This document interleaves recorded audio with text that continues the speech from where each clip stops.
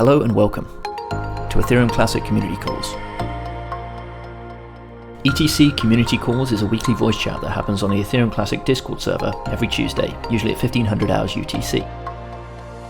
The content of these calls is decided by the ETC community. If you'd like to contribute, you can join us on Discord at ethereumclassic.org/discord, and you'll find us in the Community Calls channel. If you'd like to help spread the good word of Classic, make sure you comment on this video, like it, subscribe, share, and hit the notification bell. Thanks to all involved in contributing to ETC. Okay, so welcome to Ethereum Classic Community Call number 14 for the 22nd of February 2022. We got all the twos today, so thanks for joining us on this very special day. We have a bit of a mixed agenda today, some general recaps of goings on this week. Yesterday there was an ETC Core Dev Call, number 22, which was hosted by Ronin about proposing to reject ECIP 1049. And you'll be able to find the full recording of that on YouTube, linked in the show description. Unfortunately, some of the audio was not fully available. I think there was some issue with the Discord bandwidth or something like that, but you could get a general idea of what was going on, and I thought it was a productive conversation. I wasn't personally at the call, but I believe we were joined by Brolau, or Brother, who was on the call. What do you think of the call, Brother? Hello. The call was very passionate about ETC, about ECIP. Also, Alex, the author, has joined the call, and I think Ronin did good by calling a meeting for this ECIP, because he has expressed some views about the proposal, that it hasn't been updated.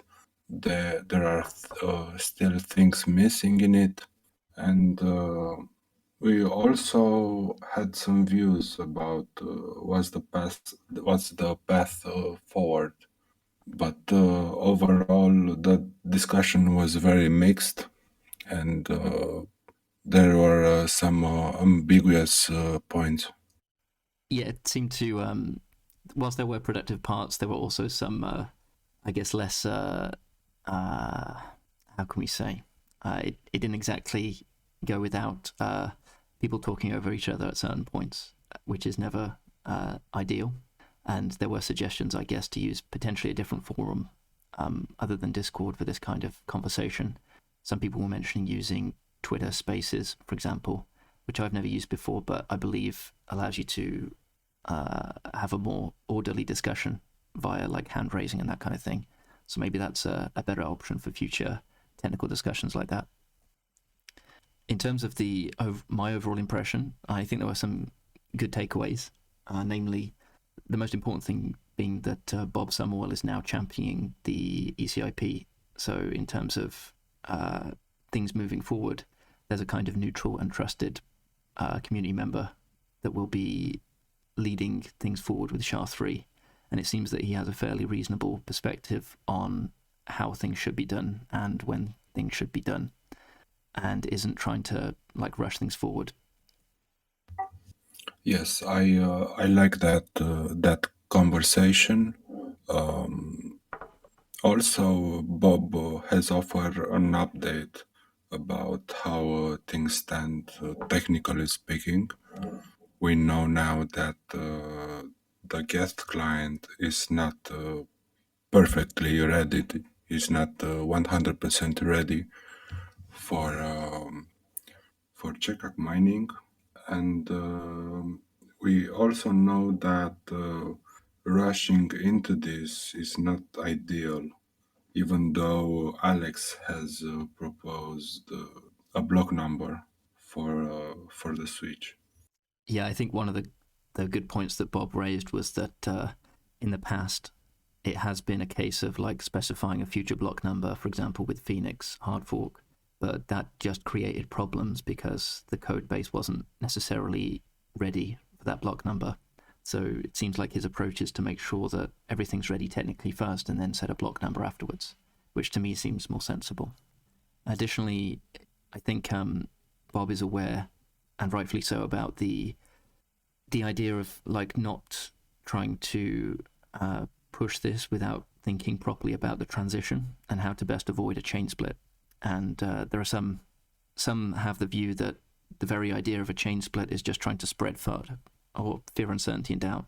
But I think it's a genuine danger if this thing is not approached correctly, because it's not just your typical hard fork that is contentious. It's that, but on top of that, you're splitting the network hash rate by having a new algorithm. So it really needs to be done carefully to prevent a permanent chain split and like a minor revolt of some sort. So as we've been discussing in these calls and previously, and my personal opinion is that it needs to be done in a methodical, long-term strategy, as opposed to something to be pushed for as like sooner rather than later. And I guess that from what I listened to the conversation, it seems that Bob agrees, and trying to use this as a means to avoid a flood of extra GPUs is not necessarily the best approach. Yes, you are right. He has also mentioned that regarding the transition, switching from one algorithm to another, it's very tricky. It hasn't been implemented or tested. So saying that we are ready to go, I don't think it's real. It's doable before the merge. If resources or how should I say this? If the developers will want to work on this for the next in the next months and provide results, we may have something that we can look at, but till then we need to wait and see what happens.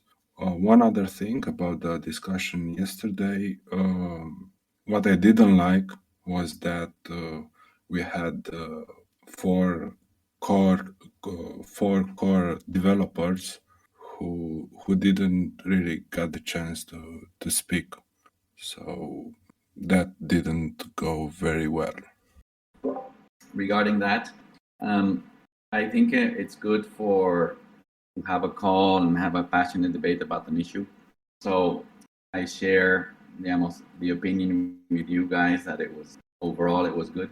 But I think that the call was a core developer call that is usually more technical, and it had a specific objective. So it was an editor, an official editor that is in the ECIP system, who invoked the call specifically to move to vote or to decide whether to move ECIP 1049 to reject it. And that same editor, he put his political reason. His political reason was because the network could split in the future if we approved that ECIP. The thing is that immediately yesterday in the call, he moved to criticize the ECIP on how it was written, the format, structural issues, and he avoided the reason why he had invoked the call. So I think that I was prepared just to argue about whether to move to reject it or not, and not to go over all the other things. And I think that was not honest on the editor, the person who invoked the call. So that's my opinion about the call. I think it should have lasted 20-30 minutes. It was not about whether SHA-3 is good or bad. It was whether to move it to reject it or not, based on 3 years had passed, and if that meant that the ECIP was dead and stale. That was it. So I think that in the end, it was an editor who used the ECIP system to push his personal agenda to reject a change that he doesn't like, which I don't think that's good. Regarding the strategy going forward, now talking about SHA-3, the change to SHA-3. Personally, I think that ETC should eventually move to SHA-3, but I agree with Istora that we have to be very careful. I don't agree with Brother that it is not ready. It is ready because it is technically integrated and tested and all that. And from now until block 16 million, it can be perfectly ready. So I think that Alex meant it's ready technically, not necessarily in terms of rough consensus or agreement in the community. Evidently, there's no agreement in the community, so that's where we have to be careful. And I agree with Istora. I thought it was very interesting the last week's community call about hybrid proof of work. Initially, my thought was that it's better just to move cleanly from ETC hash to SHA-3. But I was thinking in the last week that maybe because of this overflow of GPU miners and the risk that they could keep the old chain and split, maybe we could think about using the hybrid method where we start only with 20% say of SHA-3 and 80% GPUs, and then go migrating, making every once a year, say by 20% SHA-3 from 20 to 40, and then the next year from 40 to 60 to 80, and by the fifth year it's 100% SHA-3. So you go gradually, like Green did. So I was thinking about that in the last week.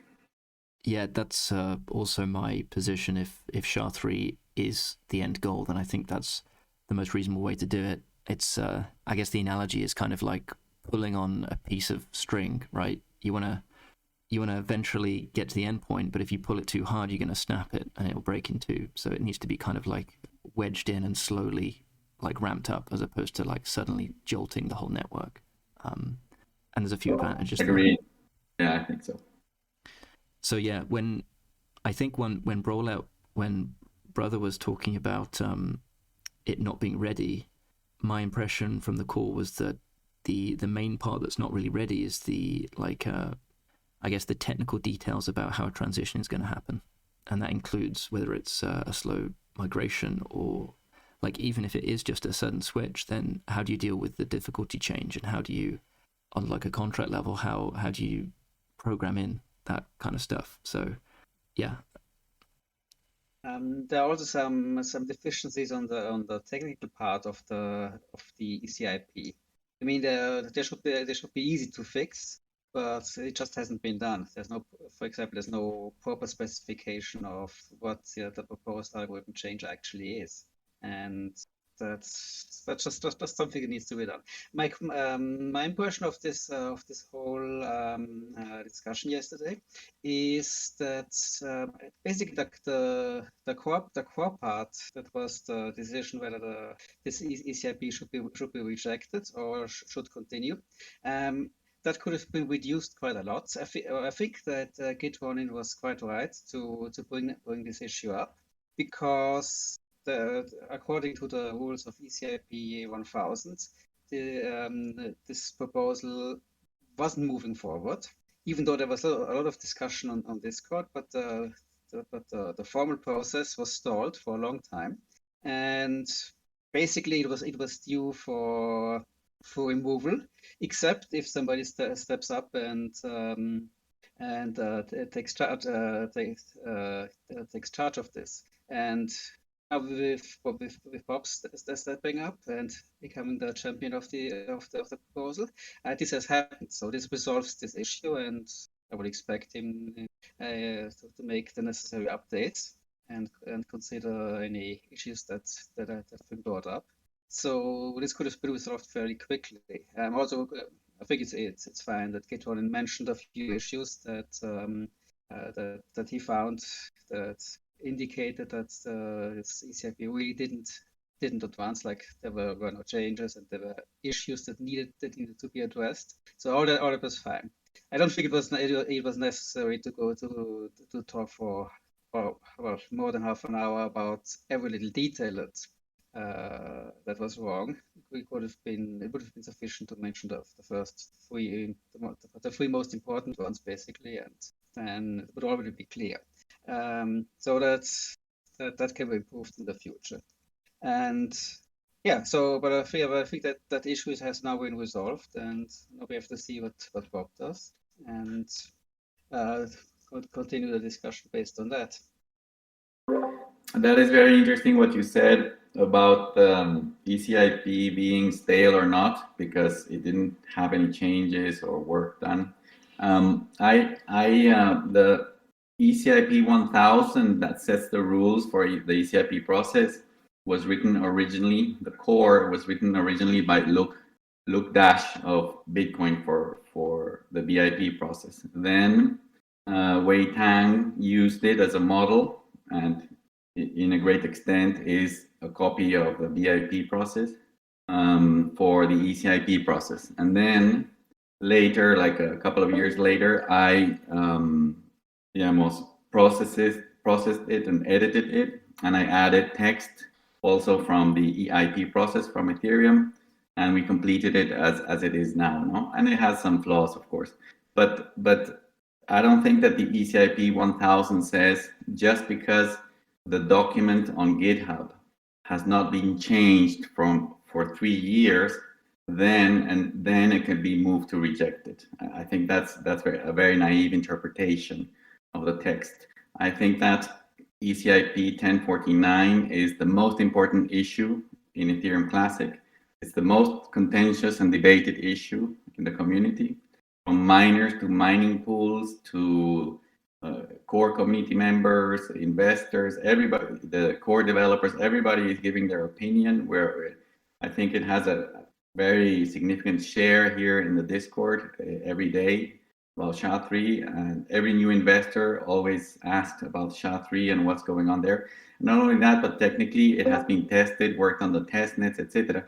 So that's all indication that this ECIP 1049 is clearly not stale or dead or inactive or anything like that. So to see, just to purely see the document on GitHub that hasn't been changed for 3 years, I think it's not enough of a consideration to consider it stale.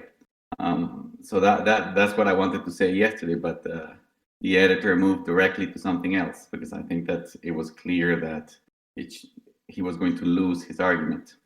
I think that's a very fair point. And yeah, some of it did seem like trying to use the bureaucracy of ECIP of the process to try and achieve a certain goal. And yeah, obviously we've been discussing it for the last basically every call. The topic of SHA-3 has come up so far, so it's definitely not stale in the community. So I would agree that this definition of staleness is probably too narrow, and that especially development progress that doesn't have an immediate impact on the ECIP should also be considered, but that would be basically a limitation that comes from the ECIP 1000. Maybe the HH should open more options for measuring progress that are not necessarily consist in changing the ECIP. And but the thing is that this might be out of the reach for Gitron, who as the editor is basically bound by the existing rules. He can't make up new ones. And so I think it's fair that he brought this up already for reasons of due diligence, and well, maybe he found it convenient for other reasons too. But essentially he made the right call, and we could resolve the problem. I think that's the key issue. It's much better to raise the issue and then resolve it than say, yeah, it's probably not a real issue, so we do nothing, and then in 3 years it's still stale, and we still have endless fights on Discord, and nothing ever really moves. So I think it's great that now Bob is taking care of this, and that the progress can be made again. Yeah, absolutely. Regardless of the intent, the fact that the call was made and it made progress, I think it was definitely beneficial, and we should be thanking for everyone that contributed to that. You wanted to jump in there, Brolal? Just wanted to say that I agree with maybe not the way he done it, but the way he called it out, because an ECIP editor should have this right to propose and try to get things going in some direction, and making people who are responsible aware of the troubles that a proposal might have. So this right is welcome, in my opinion, and should be kept. Cool. Well, as a reminder, that whole conversation is available on the YouTube channel that Brolal kindly uploaded. So you can find the link in the show notes. Before we move on to the next topic, is there any other comment on the call yesterday?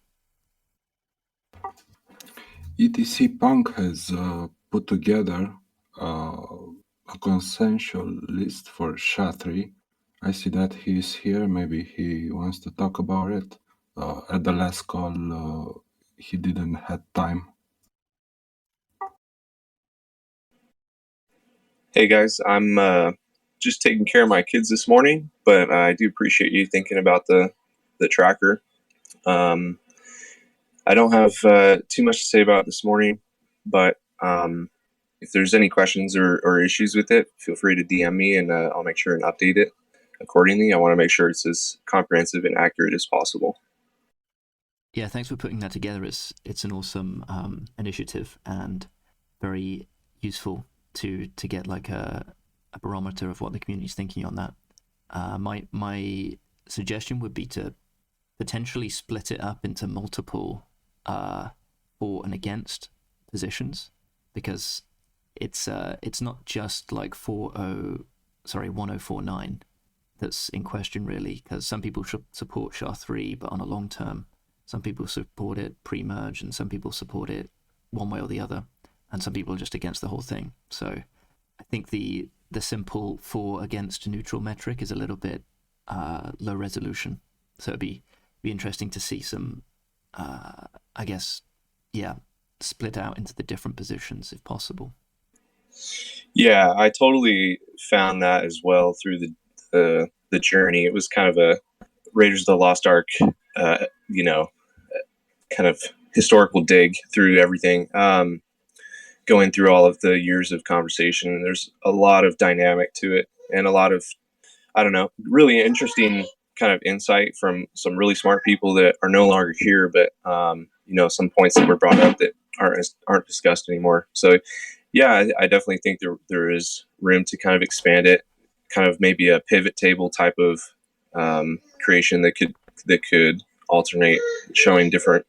You could even aggregate it according through time too. Yeah, that'd be great. And I really like that you were able to link to the source material and the quotes that people had created at the various points in time. That's super useful for the record. Since this is a very long debate and it will probably continue for many months, the idea of getting opinions on this, I don't know, should we have a channel dedicated for something like what ETC Punk did, to have a more clear view just for this? I was wondering if there might be some kind of Discord bot that would allow us to do like straw polls, and anyone could make a question and have people vote on it, and collate those responses and also potentially comments. I know we can do it with emojis, but it would be better if there was some like proper solution to that. But I don't know if there's anything out there. I saw something like a voting system on GitHub that can be implemented. Not sure how, but I can take a look and see if we can have some sort of tool for this. Yeah, consensus building in decentralized systems is very tricky, but I guess we're on the frontier, and that's what makes it exciting. It is all kind of just a big experiment, isn't it? Yep. Okay, so unless there's anything else on yesterday's call, we can go to the next breaking news. Okay, so apparently someone's unmasked the DAO hacker. So basically the reason Ethereum Classic exists is because of this guy, who I'm not going to name on this call, and I don't know if it's confirmed or not, but there's some fairly reputable people claiming they know who he is. I'm sure you can find the link in the show notes if you're more interested, but it's pretty big news for Ethereum Classic in a way, because it kind of, I guess, bookends a certain chapter and a mystery, if this is indeed the guy. And it also brings up a new question as to what happens to those funds. I believe there's still a good amount of ETC sitting in a wallet owned by this potential hacker, and it'll be interesting to see what happens to that, and if there's a pending case against them and how it's returned. And yeah, in a way, as ETC Punk is saying in the chat, the DAO hacker is ETC's founding father to some extent, along with, of course, Stefan Tull. So yeah, this is the announcement was dropped by Laura Shin, who has a new book and wrote a Forbes article about that. But it was also corroborated by Alex van der Sand, who is one of the guys that was around at the time and is a pretty well-respected member of the Ethereum community. It would be great if we can ask her to join us on a call and maybe share some points about her findings. That's a very good idea.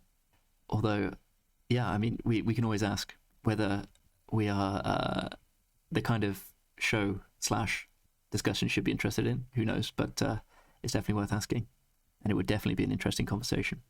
Alternatively, we could also ask Avsa, who was very close to the whole happenings around the DAO and stuff, so he could also shed some light on it. But there's two things that could happen, I guess, or several, but one of the obvious things is that the funds will eventually be returned to someone, most likely the DAO token holders, who are the rightful owners of the ETC. Ironically, the identifying of this DAO hacker is further proof that the hard fork on Ethereum was completely unnecessary, because, I mean, even without the incentive of all of the funds still being in ETH, he still got caught. So if only this had been without hard fork, it's almost guaranteed that he would have been caught within a couple years. And that means the hard fork was entirely unnecessary. So Cody's law prevails.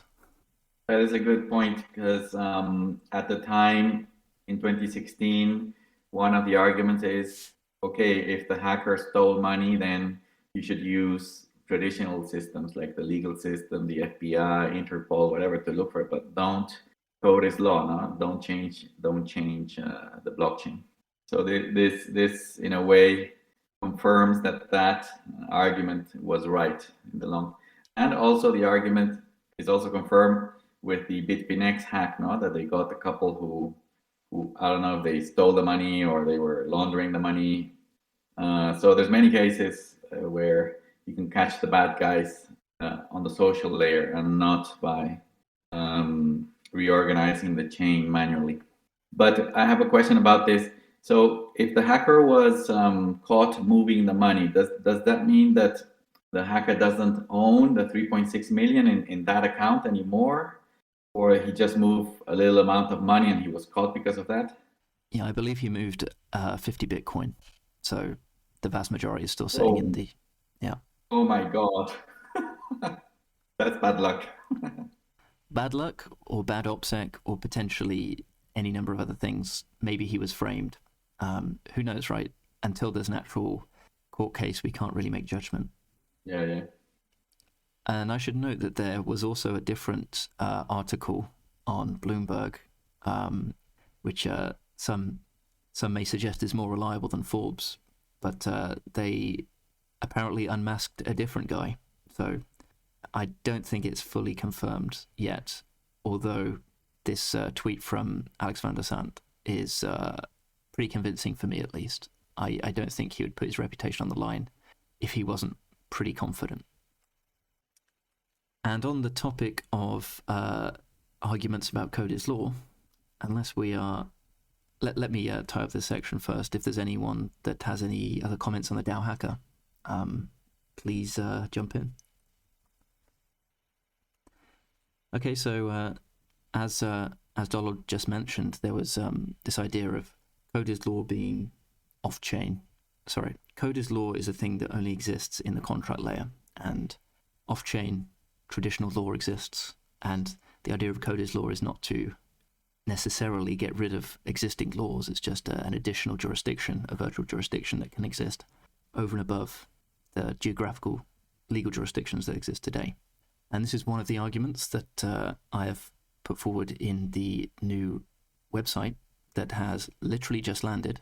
So if you visit ethereumclassic.org, you will now see a new website that was released in the last hour. So please check it out and let me know what you think about that. There is a whole new section in there called Wise Classic, which covers a bunch of topics, which I'm just going to briefly run down now in a second. So yeah, this new section is called Why Classic, and the idea is for people that are not familiar with Ethereum Classic, it's kind of an introduction to why Ethereum Classic is a thing. And it starts off about talking about code is law and the potential future that enables, and this whole idea of a new way of essentially unlocking these new virtual jurisdictions where people can interact voluntarily and enter into contractual agreements on-chain, which was the original Ethereum vision. And we point out that code is law, as was mentioned, is something that exists over and above these places. And it also exists only on chains that follow the idea of build unstoppable applications. Because if you have stoppable applications, you don't really have code is law because it's stoppable. And then you're just relying on the old jurisdictions once again. So the general concept is that blockchains are only valuable when you have code is law. And unfortunately, Ethereum Classic's younger, albeit waiter sibling Ethereum, does not respect code is law. In fact, they explicitly disavowed code is law when they did the DAO hard fork, which is also delved into in detail in a section called Genesis.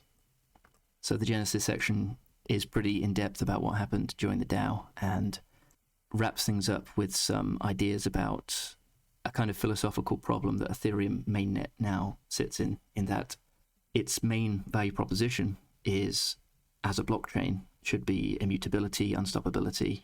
And in fact, the Ethereum slogan was build unstoppable applications. But having stopped one of the first applications that got big, it's kind of in this double bind where its past actions contradict its purported value proposition. So Ethereum Classic is there to fill the void.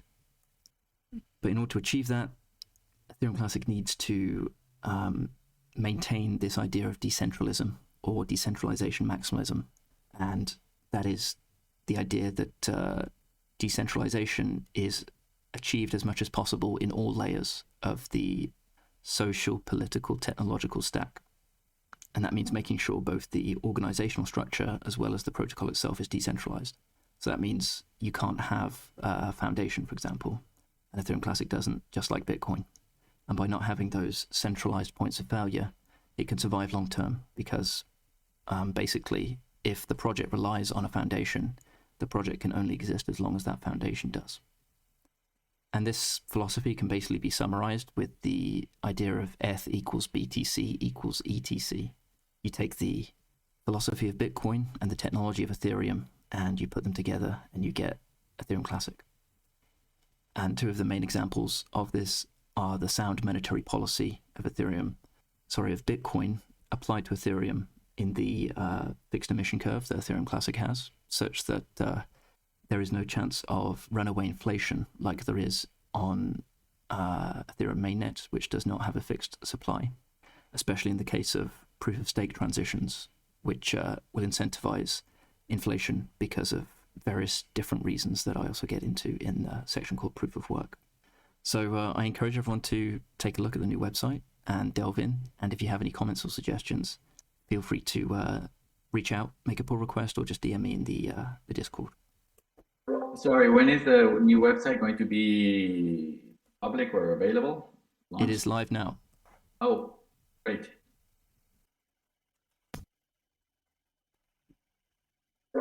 And Looks amazing.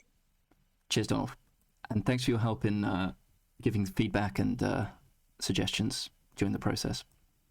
In terms of next steps for the website, now that we have like this public version on the horizon, we're going to be looking towards a few things.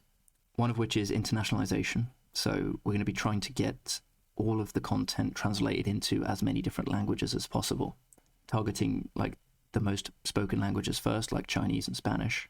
But any language, of course, is like encouraged to submit translations to. But we will be setting up a system that makes it super easy to contribute translations using a third-party translation service called Crowdin, which is it's basically an interface that allows you to easily add translations. We're also hoping to be encouraging contributions in the form of videos and adding articles and maybe blog posts by creating a series of tutorial videos of how to make a pull request onto the website, such that it's super easy for third parties to add their YouTube videos and new applications. And potentially in the future, if there's a pool available, then we could potentially create a lottery system for rewarding a certain amount of ETC every month to anyone that contributes. I think these are great ideas and can really improve the image for ETC. The site looks great. As I said before, I'll try to provide a proper feedback and review and see if we can make it even better. That would be awesome. And yeah, if anyone listening has any suggestions, that's how we make the world a better place, by improving it. Great. Thanks everyone for your efforts in updating the website. One other thing I'm planning to look at is trying to find someone to help make some videos of that whole section. So each different section would have its own like video explainer to make it easy to digest for the more visual learners.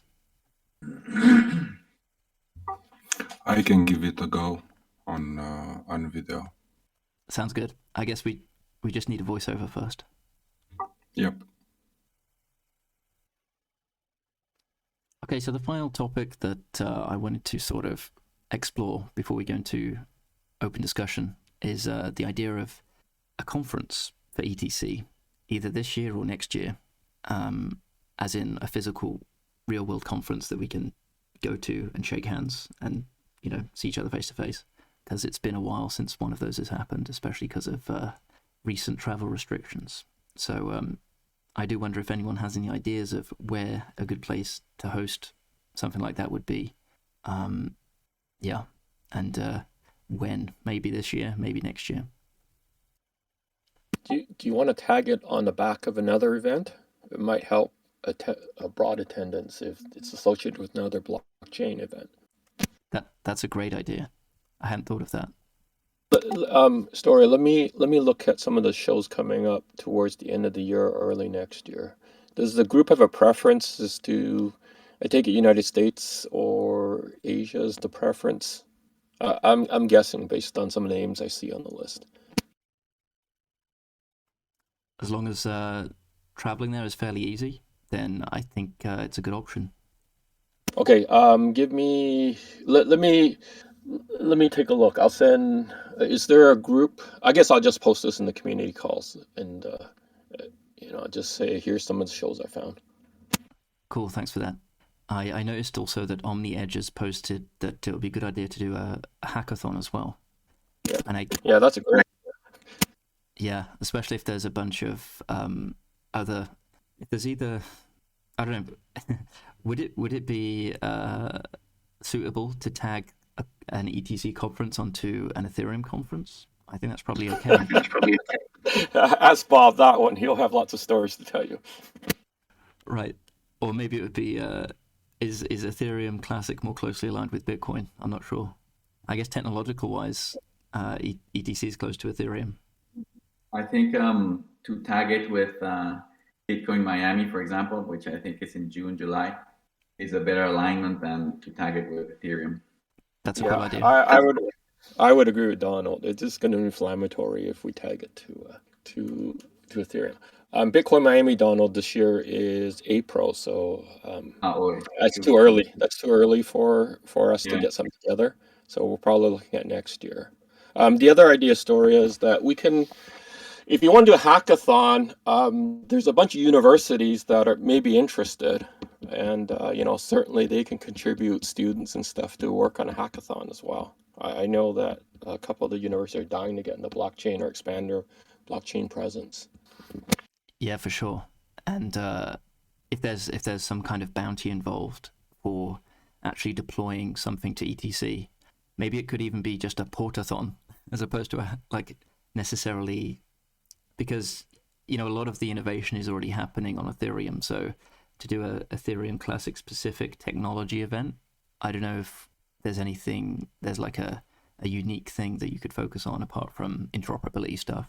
But just the idea of getting stuff deployed on Ethereum Classic is exciting to me.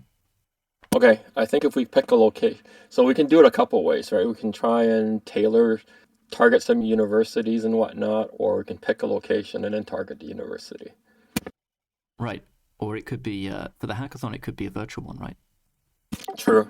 I guess I was just thinking of in presence, since we talked about a conference getting together.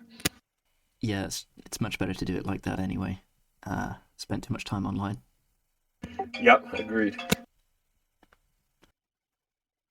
But yeah, I think a Bitcoin alliance would be definitely more amicable in terms of tagging along, and probably a lot more interesting.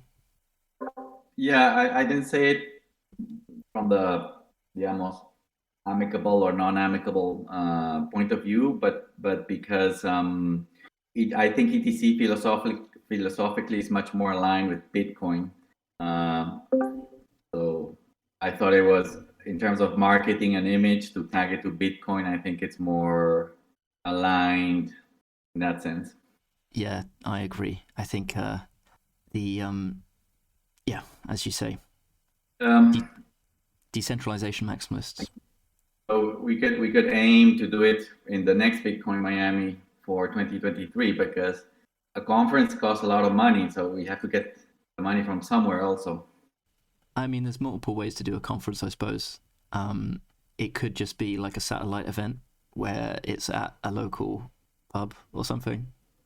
I don't think it has to be on the same level as Vancouver.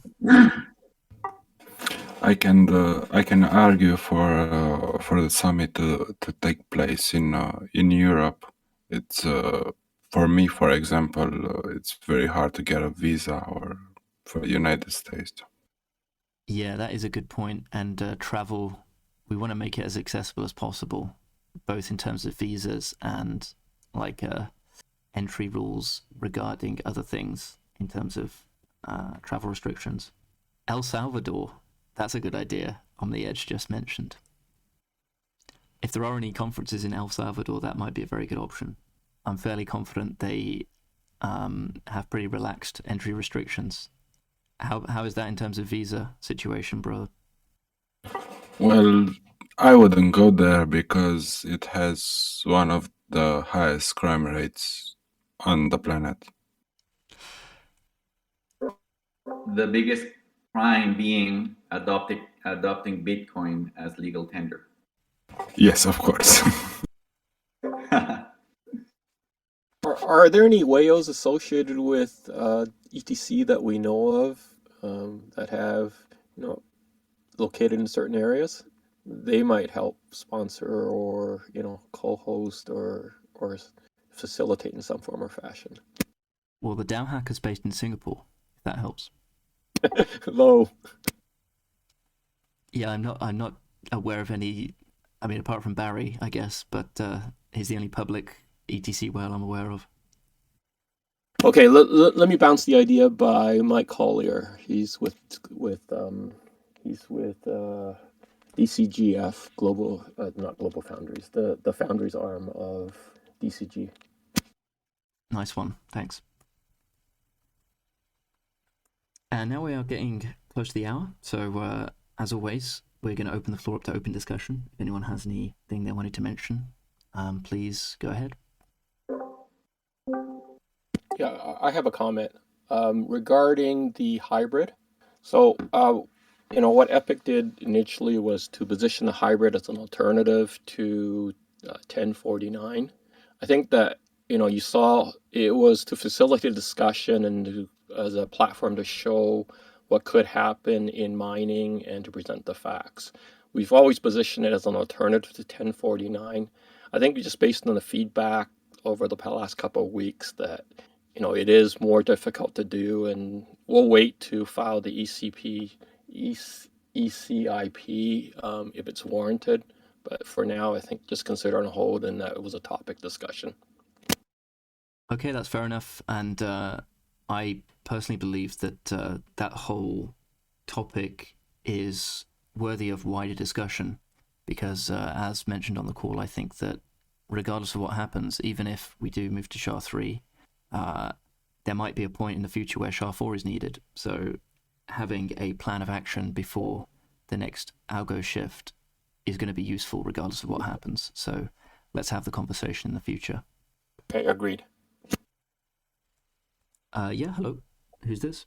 Yeah, I'm just I just had a question about Bitcoin merge details about that. So Bitcoin merge mining? Was this... Yeah, I just saw it on the corner of it's like the IP discussion. I think it's like 1096. Does anyone want to comment on that? I'm not familiar with that particular ECIP. I just noticed this one today. I never seen this one before. Sorry, could you repeat the number? I'll just check it out quickly. 1096. I never We seen have this one. We have a channel on Discord for this. It's ECIP-1096-Bitcoin-merged-mining, and it's been basically dormant for 1.5 years at least. It's withdrawn. That It has makes been sense. withdrawn. So, Riggy, this is the situation. In 2020, in August, there were 51% attacks on ETC.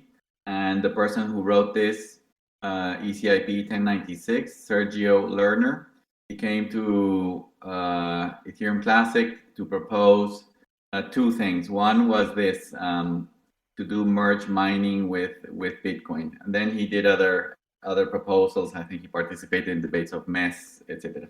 But basically what that is to eliminate independent mining and use the Bitcoin miners to produce the blocks for ETC. So the Bitcoin miners would produce the blocks for Bitcoin, but for easier hashes or hashes that need a little bit of work, some of those can be used to produce blocks for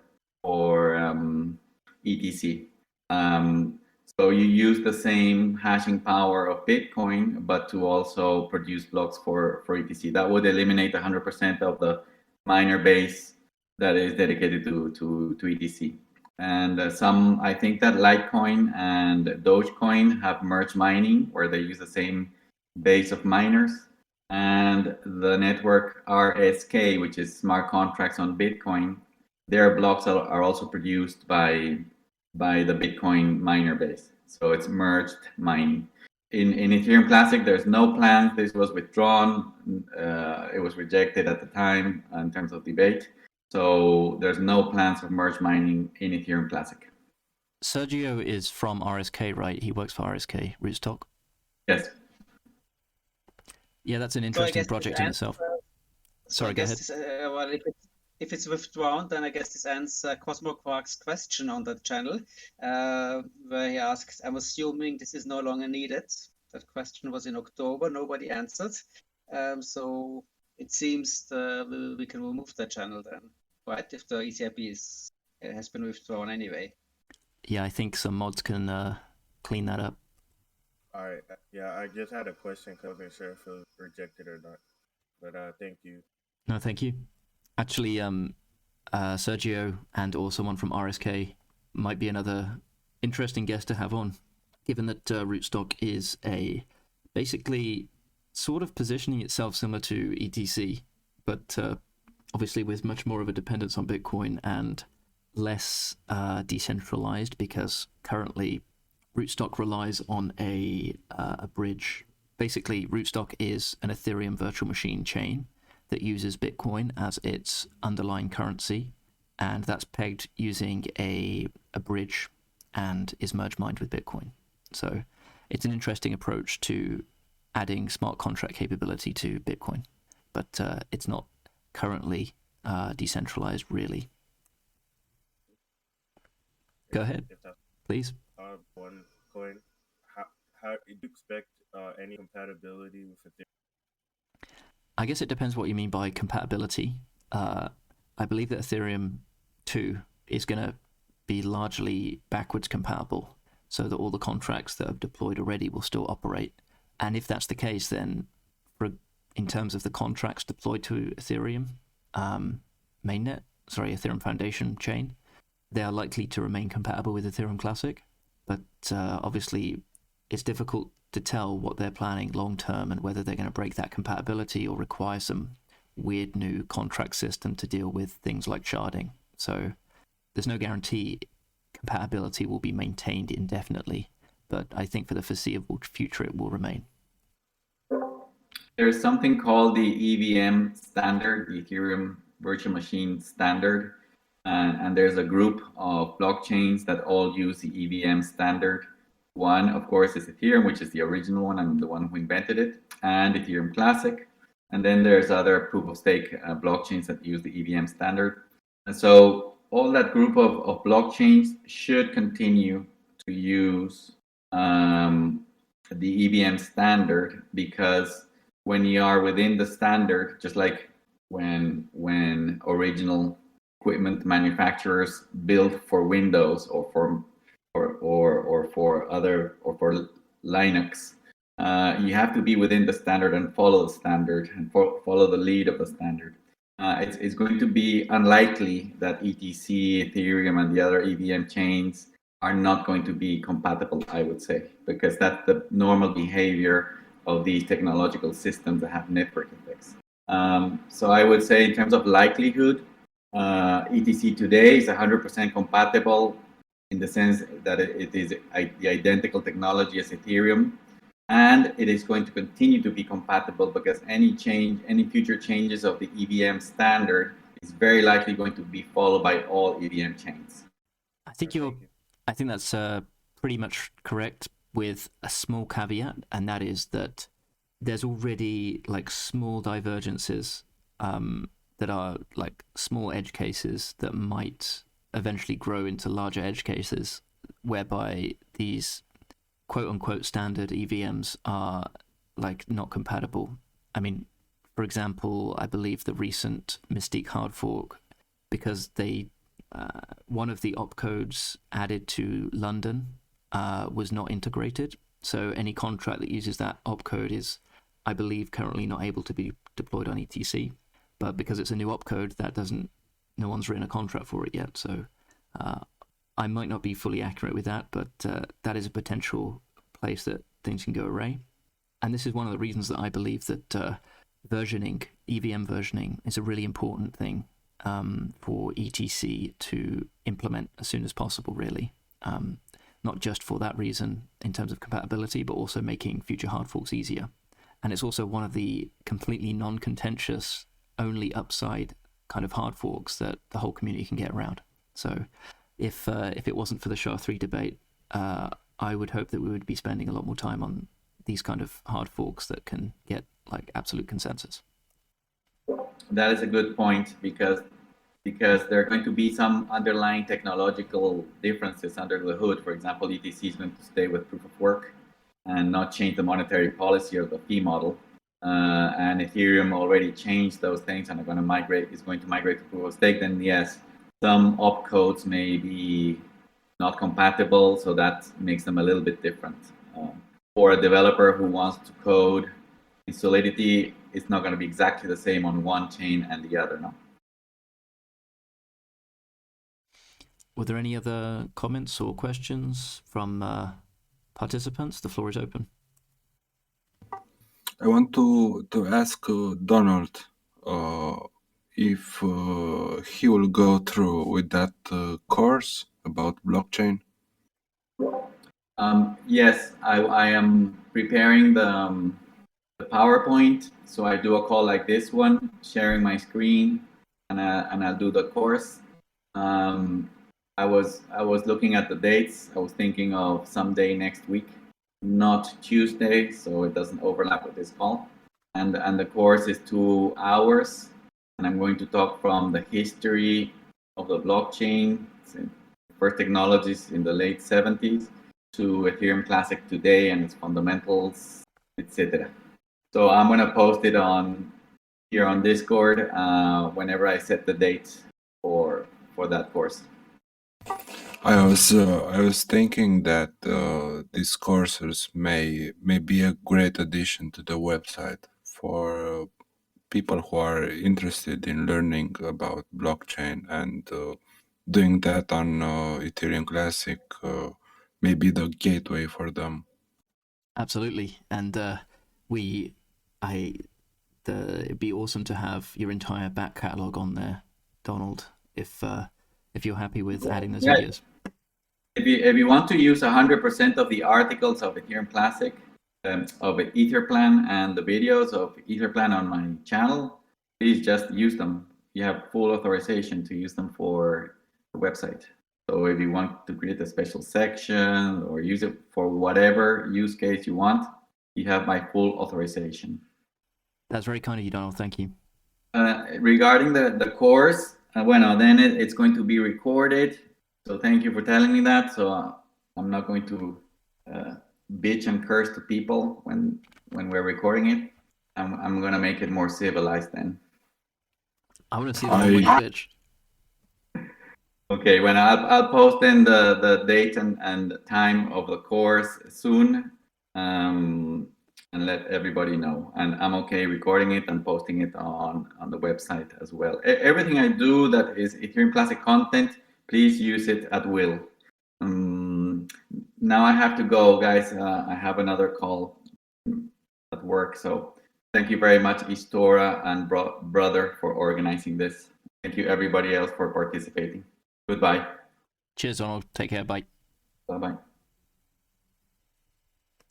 Okay, any other points before we wrap up?